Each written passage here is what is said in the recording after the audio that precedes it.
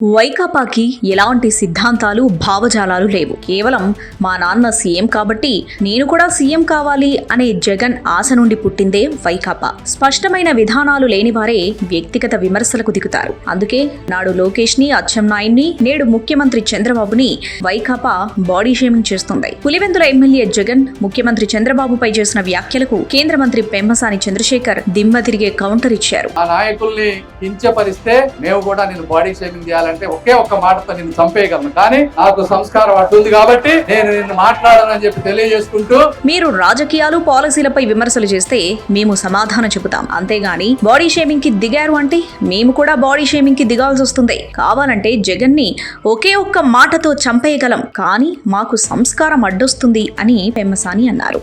జగన్ సిగ్గుతో చచ్చిపోయే ఆ ఒక్క మాట ఏంటో మాకు సీక్రెట్ గా అయినా చెప్పండి అని నిన్నటి నుండి తెలుగుదేశం నాయకులు, కార్యకర్తలు, సోషల్ మీడియా యాక్టివిస్టులు పెమ్మసానిని రిక్వెస్ట్ చేస్తున్నారట.